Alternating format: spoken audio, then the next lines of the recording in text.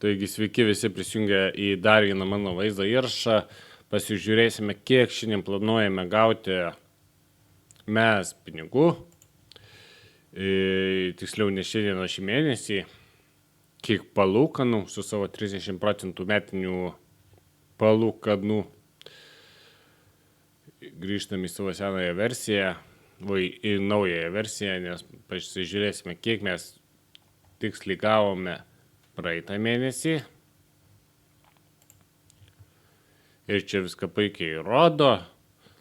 Galėtų tas dvi svetainės, kaip ir minėjau anksčiau, sujungti. Kažkaip informacija bendra. Praeitą kartą gavom 44 eurus. Ir pasižiūrėsime, kiek mes planuojame su 2000 eurų portfeliu gauti šį mėnesį pinigėlių.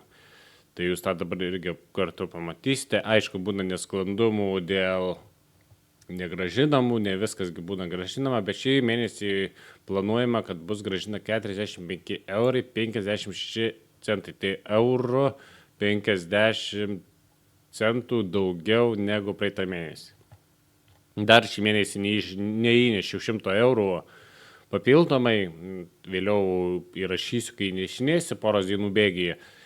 Tai galbūt šitas suma dar spės padidėti, dar galbūt ir autoinvestavimas suveiks man vieną kartą, tai už tuos pinigus, kurie bus gražinti, galbūt ir padidės tos palūkanos, žiūrint, ar žmogus gražins nusistato ar gražinti per 30, 60 ir 90 dienų, jam tas būna, kad nesiskaičiuoja. Jis gali negražinti, tai jeigu negražins, tada neprisiskaičius prie palūkanų, o jeigu nusistato, kad nebūtų atidėtos tos įmokos, tai prisideda prie palūkanų, jeigu spėja tam iki tam tikros datos, aš kaip suprantu, investuoti. Tai dabar po kol kas 45 eurai ir 56 centai, tokie skaičiai.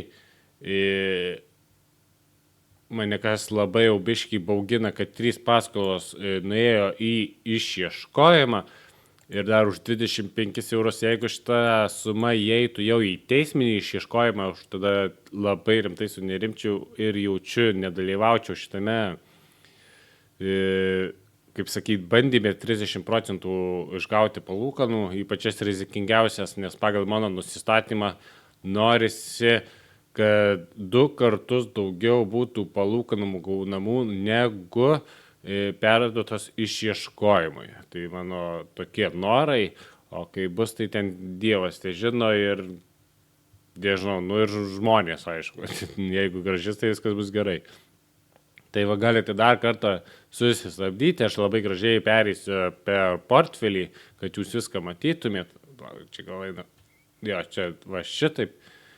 Galbūt jums kas nors įdomu ir tarp kitko savo galbūt portfelį pakeisti pagal mano arba atvirkščiai nenorėsite investuoti, nes aš nežinau, kaip kitiems sekasi.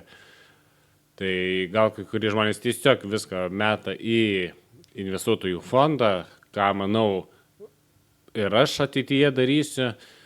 Tarp kitko į ateityje ir į akcijas investuosim. Jeigu norėsite, galėsite stebėti. Tai va tokie mano norai, ateitis, o kaip bus, tai kaip ir sakau, Dievas tai žino.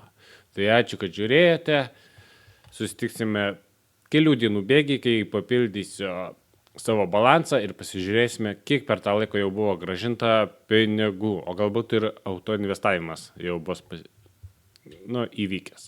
Tai iki sekančio vaizdo įrašo ir iki. Važiuoju.